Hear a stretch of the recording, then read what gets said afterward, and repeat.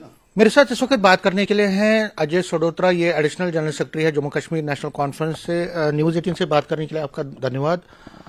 Sir, जब से Delhi blast हुआ है, उसके बाद नौगाम का भी ब्लास्ट हुआ है, दिल्ली ब्लास्ट के बाद एक नैरेटिव डेवलप हो रहा है और उसमें अभी आपके चीफ मिनिस्टर जो है, चीफ मिनिस्टर जम्मू कश्मीर और आपके वाइस प्रेसिडेंट हैं उमर अब्दुल्ला साहब, वो कल बोल बैठे कि अगर दिल्ली में कार चलाऊं, मैं रजिस्टर्ड कार ही हो लेकिन सिक्योरिटी नहीं हो मेरे साथ, तो मुझे डर लगता है।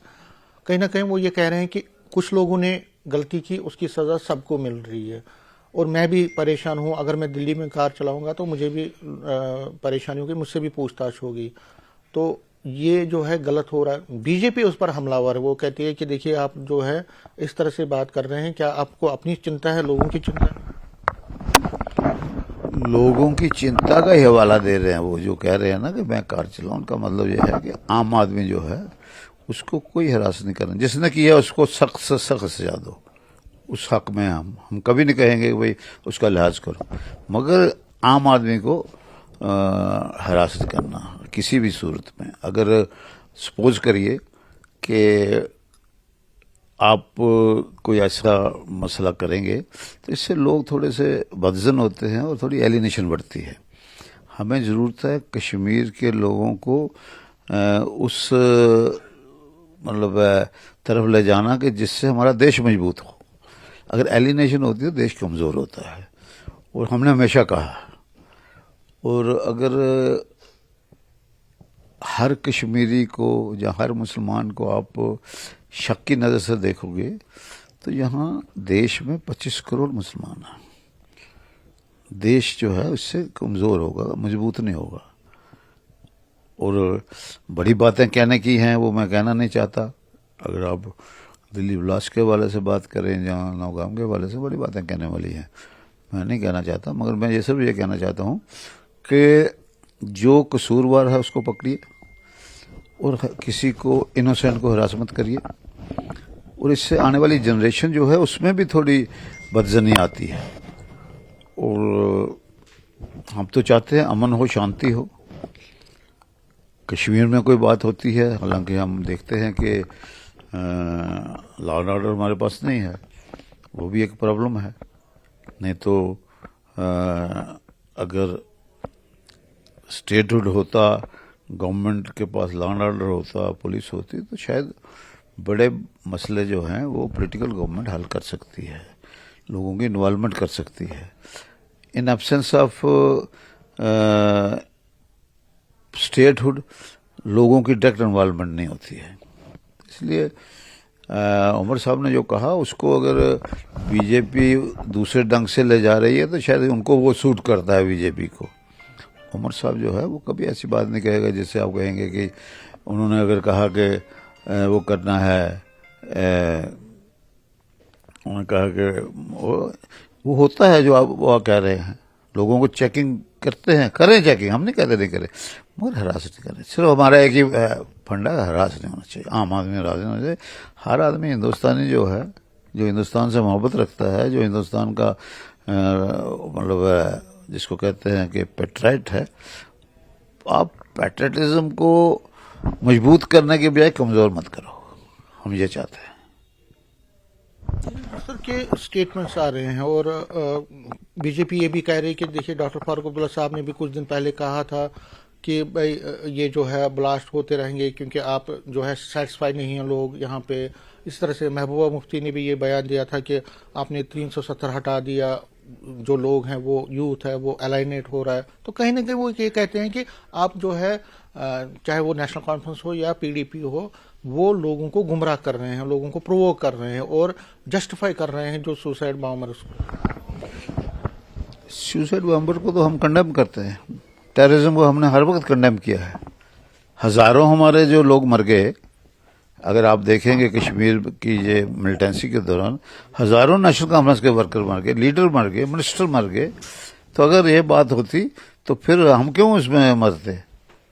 उनका ये मतलब नहीं है। उनका ये मतलब ये है कि भाई आप, जैसे मैंने आपको कहा कि आप अगर आपने 370 उठाया, आपने 35 उठाया, अब उसके लिए लोगों के दिल में जम्मू में भी है, लोग समझते हैं हमारी नौकरियां खा गए, जमीनें हमारी खा जाएंगे। कश्मीर में भी है, इवन लद्दाख के लोग कह रहे हैं क्या 370 और 35 से हमको नुकसान हुआ। तो अगर 370 35 का नुकसान हुआ तो ये जो हमारी मोदी साहब की सरकार है उसको देखना चाहिए कि लोगों को सेटिस्फाई कैसे किया जाए। वो भी काम तो गवर्नमेंट का होता है ना कि लोगों को सेटिस्फाई करना। हम मिलिटेंसी के सख्त खिलाफ हैं। नेशनल कॉन्फ्रेंस ने कभी मिलिटेंसी का साथ नहीं दिया, बल्कि मिलिटेंसी की विक्टिम रही है। अब उसको आप इल्ज़ाम लगाएंगे जी फारूक साहब ने ऐसे किया, उमर साहब ने ऐसे किया। अगर कोई यानी कि देशभक्ति का सबूत हमको बीजेपी से लेना है तो वो बीजेपी अपने पास रखे। फारूक अब्दुल्ला जो देशभक्त हैं या उमर अब्दुल्ला देशभक्त है, उसमें हमको किसी का सर्टिफिकेट की जरूरत नहीं है। हम ये चाहते हैं बतौर एक देशवासी कि देश अगर कमज़ोर होगा हमको उससे थोड़ी तकलीफ होती है।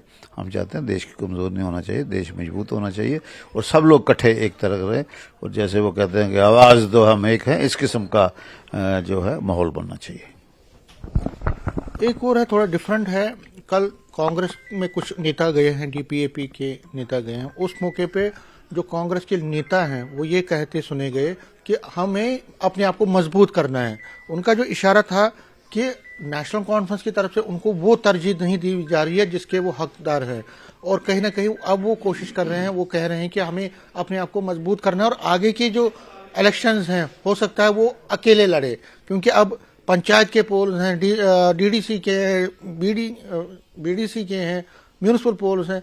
तो आपको क्या लगता है कि जो कांग्रेस है वो क्या आपकी, क्योंकि नगरोटा में भी उन्होंने आप मतलब चुनाव लड़ने से इनकार किया। हर पार्टी की अपनी सोच है, हर पार्टी को हक है अपनी पार्टी मजबूत करने का। अगर कांग्रेस वाले पार्टी मजबूत करने के लिए काम कर रहे हैं, अच्छी बात है, करें, उनकी अपनी पार्टी है। हम अपनी पार्टी मजबूत करेंगे, क्योंकि ये एक पार्टी दूसरे पार्टी पे डिपेंड होकर मजबूत करना कमज़ोर करना तो कर नहीं सकते। तो इसलिए कोई कहता है हमें कोई उसमें एतराज़ नहीं, मगर यह है कि हम भी अपनी पार्टी मजबूत करेंगे, वो भी करें। पार्टियाँ सब को हक है। मैं तो कहता हूँ बीजेपी को भी हक है मजबूत करना। वो तो बदकिस्मती है देश की कि वो बजाय तरक्की के वो हिंदू मुस्लिम की सियासत में आके तो अपनी सियासत चला रहे हैं। मगर पार्टी मजबूत करने की जहाँ तक तल्लक है, हर पार्टी को हक है, कौन रोक सकता है। कांग्रेस के साथ आपके रिलेशन ठीक हैं अभी, या आपको लगता है कि थोड़ा मिस कोऑर्डिनेशन? मिस कोऑर्डिनेशन वाली तो बात नहीं। हम इंडिया अलायंस का हिस्सा हैं, कांग्रेस भी हिस्सा है, उसमें मिस कोऑर्डिनेशन वाली बात ही नहीं है। बाकी अलायंस है। आपने देखा जब वोट पड़े इसके राज्यसभा के तो कांग्रेस ने नेशनल कॉन्फ्रेंस को वोट दिया। नगरोटा में आप चुनाव लड़े, वो तो गायब थे वहां से। हमने चाहा था कि लीडरशिप ने कहा था कि वो लड़े, कांग्रेस लड़े इलेक्शन। लास्ट मोमेंट पे उन्होंने ना की। अब क्यों ना की ये वो जानते हैं, जहाँ शायद लीडरशिप के नॉलेज में होगा, मेरे नॉलेज में नहीं। लास्ट में पूछना चाहूंगा आपको कि आगे की जो चुनौतियां हैं, अब इलेक्शंस हैं, कोई जगहों पे जो पंचायत के होंगे, बीडीसी के आगे चल के तो होंगे, अगले 6-7 महीने में लगता है कि हो जाएंगे। तो क्या आप पार्टी जो है अकेले दम पे लड़ेगी या कांग्रेस को साथ? पार्टी का इस वक्त सबसे बड़ी बात है कि हमको स्टेटहुड मिलनी चाहिए। स्टेटहुड मिलेगी तो लोगों की बेहतरी होगी, तरक्की होगी, लोगों की मुश्किलातें हल होंगी, और जो हमारी एजेंडा है यानी मैनिफेस्टो है उसको पूरा करने में हमें पूरी मदद होगी। रोहुला साहब जैसे वो आपके ही नेता हैं, वो ये कह रहे हैं कि आप स्टेटहुड मांग रहे हो, ये तो बीजेपी का नैरेटिव है, बीजेपी की डिमांड है, आप बीजेपी की डिमांड मांग रहे हो। आपको 370 पर फाइट करनी चाहिए थी, आपको बड़े बड़े इश्यूज पर करनी चाहिए। आपको पता है फिर भी आप पूछ रहे हैं। पहला जो रेजोल्यूशन असेंबली में आया वो 370 और 35 पे आया। पहला जो रेजोल्यूशन असेंबली में आया, सॉरी कैबिनेट में आया, वो स्टेटहुड के लिए आया। हम तो स्टेटहुड भी मांग रहे हैं, 370 और 35 की बात करते हैं। ये कैसे कोई कह सकता नहीं करते? अगर पहला रेजोल्यूशन क्यों आता अगर हम इस चीज में इंटरेस्टेड नहीं होते तो? अब ये हालात ऐसे हैं कि इस वक्त जो है हम मांग सकते हैं ना, बात कर सकते हैं। और उमर अब्दुल्ला साहब की एक बात मुझे बड़ी अच्छी लगती है। उन्होंने क्या कहा? उन्होंने कहा कि हम उनसे जाके कहें कि आप हमें 370-35 ये दे दो, कोई बात बनती नहीं, क्योंकि इन्होंने तो उठाया है। तो इस करके हम अपनी जगह लगे हैं। अब किसी को जो भी लगता है उस पर हम कुछ कहना नहीं चाहते। लास्ट में पूछना चाहूंगा, आगा रोहला के खिलाफ क्या कोई एक्शन होगी? क्योंकि उमर साहब ने कहा था कि वर्किंग कमेटी बैठेगी, कोई कुछ ना कुछ होगा। ये पार्टी हाईकमान का मसला है, आप मुझे क्या पूछ रहे हो? जो पार्टी हाईकमान फैसला करेगी और फैसला वही होगा जो पार्टी के हक में होगा। मतलब क्या लगता है आपको, आप सीनियर लीडर हैं, सीनियर लीडर के नाते क्या आपको लगता है कि आगा रोहला जो कर रहे हैं क्या पार्टी के उसूलों के खिलाफ? बात यह है कि हर आदमी की अपनी अपनी सोच है। आदमी क्या सोचता है, किस निगाह से सोचता है। जैसे आपने कहा 370 और 35 है, मैंने कहा पहला रेजोल्यूशन ही असेंबली का 370-35 है। तो हर आदमी की अपनी अपनी सोच है, जैसे उसकी सोच है वो बात करता है। आपकी क्या सोच है इस मामले में? क्योंकि एक अरसा से आप सियासत में हैं, नेशनल कॉन्फ्रेंस के सिपाही हैं, मिनिस्टर रहे हैं। आगा रोहला के बारे में जो वो कह रहे हैं, क्या आपको लगता है कि उनके खिलाफ एक्शन बनता है, या आपको लगता है कि पार्टी को?